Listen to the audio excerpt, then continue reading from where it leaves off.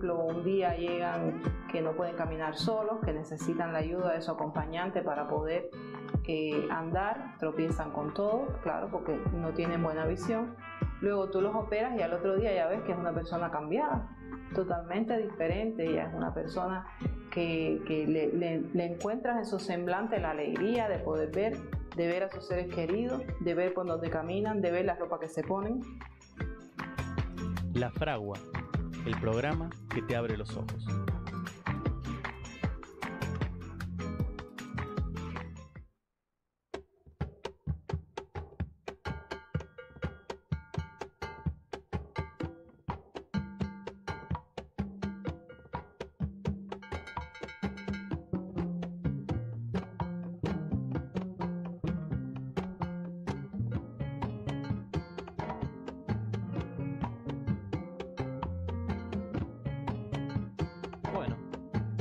Continuamos en este programa número 133 de La Fragua y de esta manera pasamos al segmento central en el que siempre solemos traer una temática y brevemente, porque el tiempo radial que tenemos es breve, tratamos de dar algunas perspectivas sobre cómo abordar ya sea una fecha o una temática.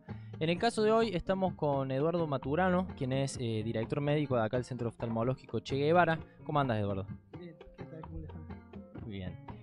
Bueno, el día que nos compete hoy tiene que ver con mañana. Bueno, dependiendo del momento de la semana que estés escuchando este programa. Estamos hablando del 3 de diciembre, que se suele conocer en Argentina como el Día del Médico, ¿verdad? Entonces, bueno, primero quisiera, Edu, que te puedas presentar, ¿sí? Eso, como vos sientas que te presentas. Bueno, yo soy médico, ya desde hace bastantes años, ya estoy viejo. Y trabajo en un hospital en la ciudad de Jesús María, en el hospital provincial de allá, el Vicente Agüero. Soy médico del servicio de terapia intensiva y además soy docente de la Facultad de Medicina. Mi área fundamentalmente es la infectología y la neurología. Bien. Bueno, y eso es a lo que le dedico mayormente mi tiempo profesional. Bueno, Eduardo, quería preguntarte por qué se celebra mañana 3 de diciembre el Día del Médico. Bueno, en realidad la fecha del 3 de diciembre tiene que ver con el nacimiento de Carlos Finlay, que es un médico cubano de la primera mitad del siglo XIX. Pero en realidad el festejo tiene que ver con una iniciativa de la Federación Médica de Argentina hacia el final del segundo gobierno de Perón, que en un congreso internacional latinoamericano proponen esta fecha como Día de la Salud, y acá se la conoce como Día del Médico latinoamericano, panamericano. Esto no es muy conocido, en general se lo recuerda y los médicos lo recuerdan bastante, o sea, este día es como un día, el 3 de diciembre es un día emblemático por las características de la profesión. De hecho, de una parte hay festejos, recordatorios, encuentros, asados, brindis, saludos. De otra parte hay, bueno, oportunidad para expresar algún reclamo. Por ejemplo, mañana, por iniciativa de algunos colegas, hay una convocatoria en la puerta del Consejo Médico, precisamente para manifestar y expresar la situación laboral y salarial, y también para aquellos que trabajan como profesionales independientes, también la caída de los ingresos y el agravamiento de las condiciones laborales, y que tiene que ver también con la situación sanitaria de la población. Entonces ahí hay un complejo que permite manifestar y expresar toda una serie de opiniones, críticas, reclamos.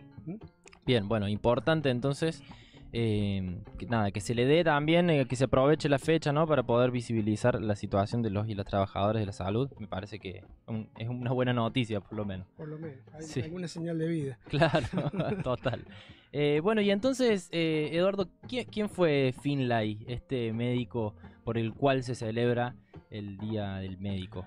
Bueno, para mí es un personaje que es como seminal en el sentido que hay un quiebre en el pensamiento científico en el área de lo que son las ciencias médicas, la salud, porque te podría decir que hasta su aparición en escena, que se da en el contexto de la situación que vive Cuba, y en particular con aspectos vinculados a situaciones epidemiológicas, infectológicas,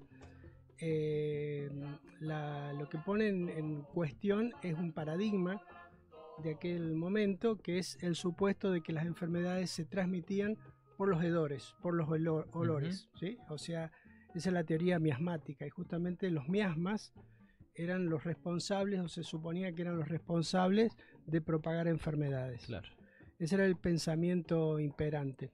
Te cuento, por ejemplo, que nosotros tuvimos muchos casos acá en Argentina, brotes de fiebre amarilla, que es de alguna manera después lo que voy a referir, en particular el caso de Cuba y de Finlay, donde la última epidemia que hubo hacia 1861, si mal no recuerdo, se imputó a las poblaciones más empobrecidas, sobre todo poblaciones que vivían en el Bajo, la zona de Leandro Alén, la zona de San Telmo, la zona de La Boca, etcétera, donde vivían los sectores populares, y se los imputaba o se los acusaba de ser los responsables de propagar la fiebre amarilla, que provocaba estragos. Tenemos el caso del cementerio de la Chacarita, que en su época llegó a ser el más grande a nivel del mundo, y que este cementerio en gran medida se pobló de cadáveres resultantes de la fiebre amarilla. Entonces, en este caso que te estoy mencionando de la epidemia, una de las epidemias, la epidemia de Buenos Aires, bajo la presidencia de Sarmiento ya, bueno, aprovechó y huyó junto con su comitiva, alejándose precisamente de la zona de los hedores por temor a que los miasmas los alcanzaran, claro, y los enfermaran.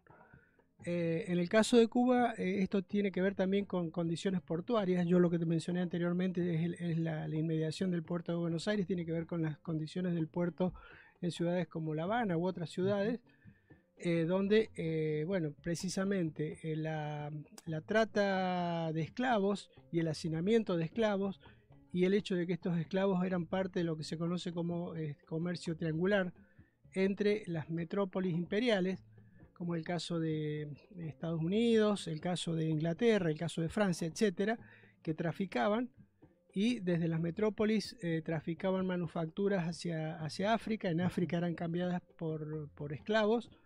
Estos esclavos eran traídos a las colonias eran a su vez intercambiados por materias primas, por ejemplo azúcar, o por ejemplo, bueno, otro tipo de elementos que se requerían o el algodón, que se requerían en los centros industriales, y de ahí marchaban hacia los centros industriales, donde estos se les incorporaban un proceso de agregación de valor para nuevamente ser convertidos en manufactura, y así dar un nuevo ciclo de este comercio triangular.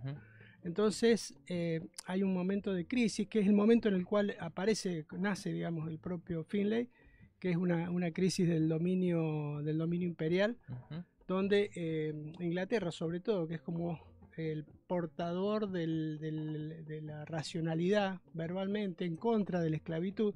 Les recomiendo a propósito de esto una película del cual el protagonista es Marlon Brando, que se llama Quemada, que trata de la revolución en Haití, de la rebelión, o sea, que da lugar a la primera revolución triunfante de los negros en el caso de Haití, y que precisamente cuenta cómo este representante, una suerte de embajador británico, alienta las rebeliones en contra del dominio español para de alguna manera generar un nuevo dominio, que es el dominio británico, y el punto de crítica, de quiebre, es la esclavitud. Claro. Entonces trabaja Inglaterra contra la esclavitud de una parte, discursivamente, y por otro alienta el comercio de esclavos, convirtiéndose de alguna manera en una suerte de amo esquizofrénico, sí, claro, de este negocio. Ese negocio triangular, en este caso, crea las condiciones propicias por la importancia que tiene como puerto esclavista, el caso de La Habana que mencionaba anteriormente, y también se da por este comercio triangular la venida de una enfermedad, varias, pero en particular una que es la fiebre amarilla, por un mosquito que es el Aedes, que es el mismo que conocemos acá, Aedes aegypti, fundamentalmente en relación al dengue, que transmite un virus que es primo hermano del virus del dengue, es un flavivirus. La palabra flavi quiere decir amarillo, y tiene que ver con el virus de la fiebre amarilla y con todo un grupo de enfermedades que son parte, o sea, provocadas por virus que son flavivirus. Claro. Que se llaman así en el caso de la fiebre amarilla porque hay una hepatitis, y el virus, por ejemplo, de la hepatitis C es un flavivirus, o sea que, y si vos te pones a ver, por ejemplo, el comportamiento del dengue, también hay un toque hepático en algunas personas que también presentan una hepatitis a consecuencia del dengue. Bueno, esta es emblemática, que es la fiebre amarilla, y ¿qué va a descubrir Finlay, o qué va a plantear? Va a poner en discusión la teoría miasmática. Claro.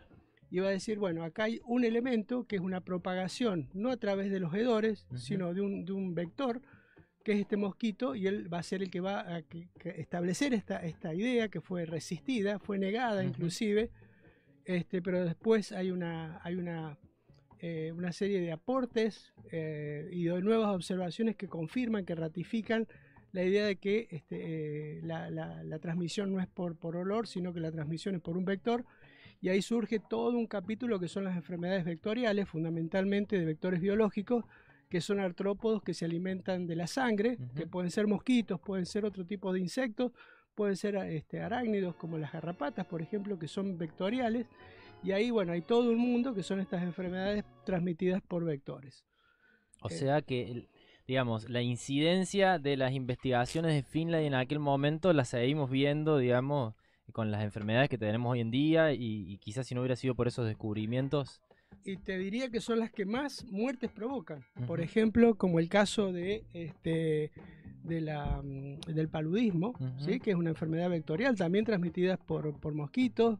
No solamente el caso del dengue, el Chagas, que es una enfermedad transmitida también por un vector, que es la vinchuca, etcétera. Es decir, que son las que más morbilidad y mortalidad provocan aún en este momento, y que son parte de todo un capítulo que son el de enfermedades vectoriales, en este caso por vectores biológicos. Bueno, hay también vectores mecánicos, pero en este caso por vectores biológicos, y que son motivo de observación a nivel mundial por parte de la Organización Mundial de la Salud y también de la Oficina Panamericana de la Salud en el caso de la región de las Américas. Entonces es fundamental esto. Claro, importantísimo. Importantísimo, sí.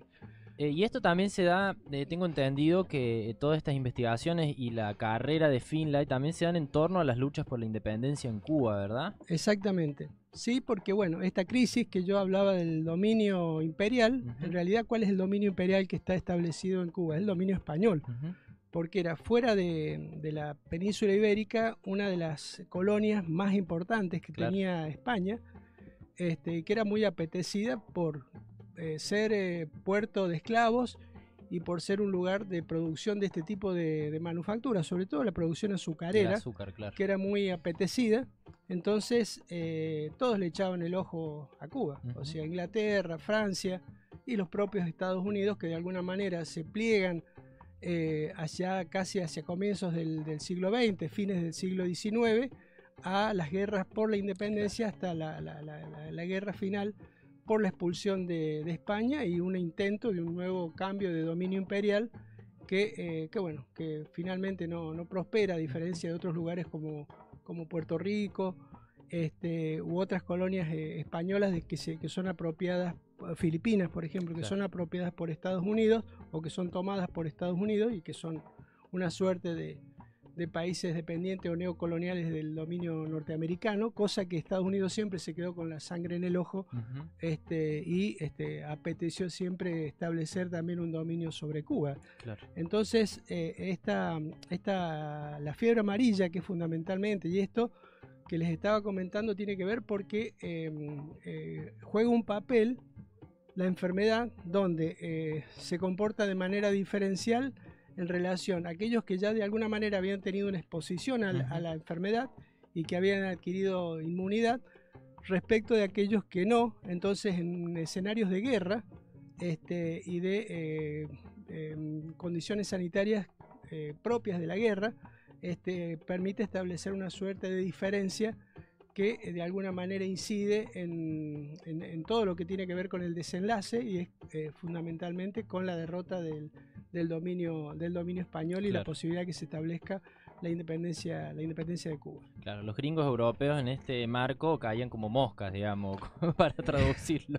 Y de alguna manera sí, manera sí. Después hay toda una cuestión con los flavivirus, porque como son primos hermanos, por ejemplo, qué sé yo, el virus del dengue que les decía, el virus de la fiebre amarilla, muchos virus de encefalitis, es decir, son todas enfermedades transmitidas, estas que les menciono, por vectores. Hace que haya mucha inmunidad cruzada.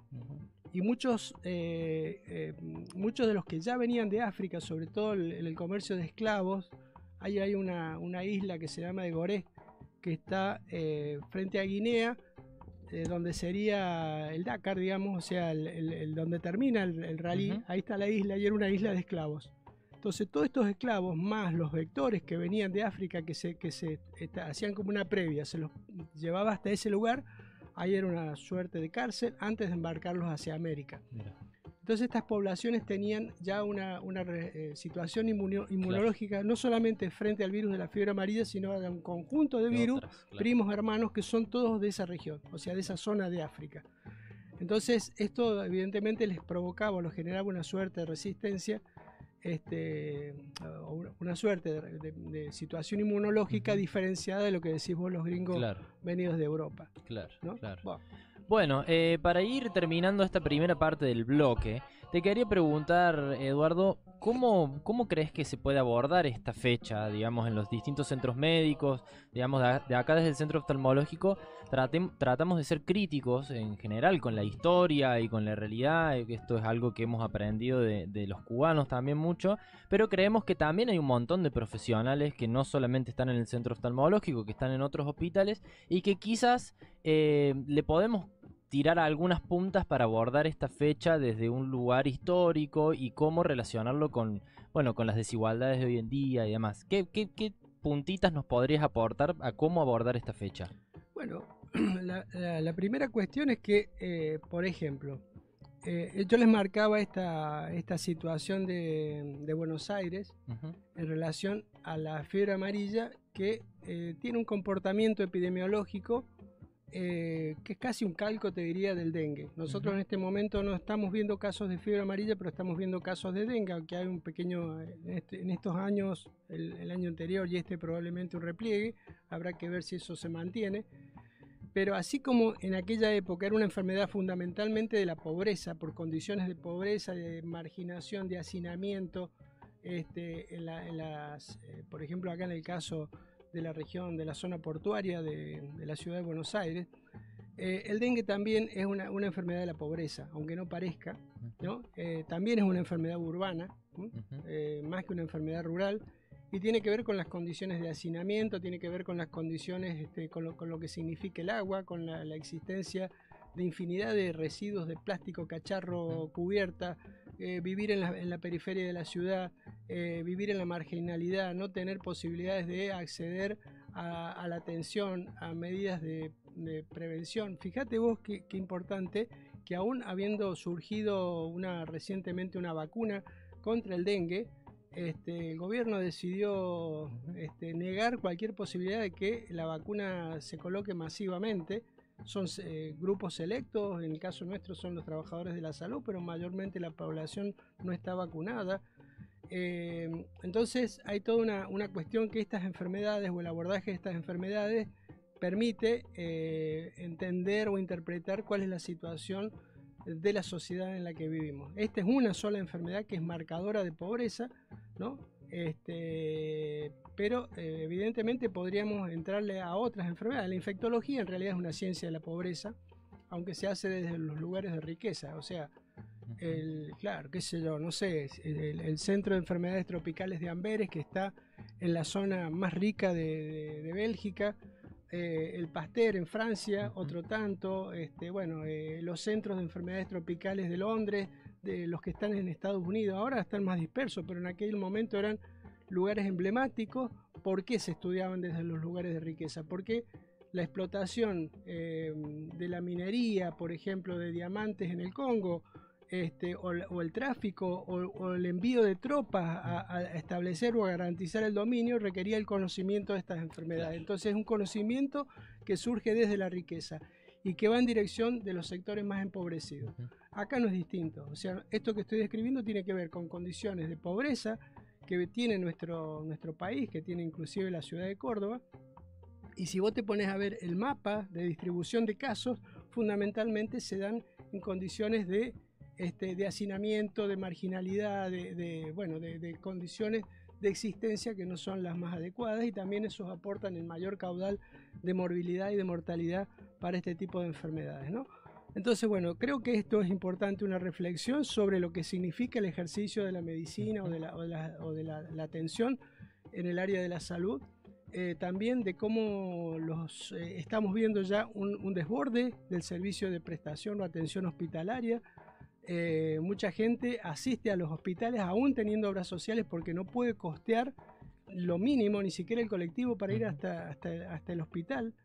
Tenemos estudios que se los están derivando de la mayor parte de los hospitales, algunos laboratorios acá en la ciudad, porque precisamente los laboratorios también están colapsados. En el hospital que yo estoy dieron la orden de suprimir la alimentación o la comida a los trabajadores que hacen turnos de 12 horas, o sea que vos tenés que estar 12 horas. Yo hago guardias de 24, pero los que hacen guardias de 12 ya les dejaron de dar la ración de comida. Y así de seguido. O sea, este es de alguna manera el pacto de la independencia, el pacto de mayo, que se celebró ahí, cantados de frío, frente a la Casa de la Independencia en Tucumán. Esto es la traducción, claro, ¿no? Entonces, bueno, veremos esta mañana. Lo primero que hago generalmente es ver noticias. Leo la noticia de que el pago que se había hecho de un vencimiento al Fondo Monetario Internacional se hizo con los encajes, es decir, con la plata en dólares, en las cuentas en dólares, que ya no son ni de la Reserva Federal ni del Fondo Monetario, mucho menos del gobierno. Son de los que depositaron, lo mismo que en el 2001, que les depositaron dólares, recibirán dólares y nunca más porque se llevaron toda la guita. Están saqueando el país. Entonces esto tiene una traducción en nuestro trabajo, en nuestro quehacer y obviamente en las condiciones de salud de la población.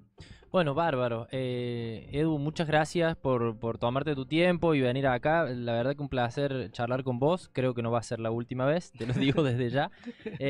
Y bueno, creo que quedaron ahí sembradas un montón de puntitas para que los médicos y los trabajadores de la salud que escuchan este programa puedan también replicar esto y poner en discusión y charlar con sus colegas qué es lo que manifiesta la no salud, digamos, ¿no? Y qué es lo que estamos viendo y bueno, poner por supuesto que acá pensamos desde un lente crítico, primero ser conscientes de esa realidad para luego transformarla. Y yo creo que si hay profesionales que tienen herramientas para poder ver lo que sucede y transformarlo, son los trabajadores de la salud. Así que esperamos que todo esto también sirva para bueno, contagiar y seguir discutiendo estas cuestiones fundamentales, ¿no? Bueno, con mucho gusto y la verdad que me encanta venir, así que bueno, espero que sigamos. Gracias, Eduardo. Bueno, quédense ahí del otro lado, vamos a escuchar una canción que se llama Pa' los médicos y ahí volvemos a seguir charlando sobre este tema y algunas cositas más con la doctora Daylin Cárdenas.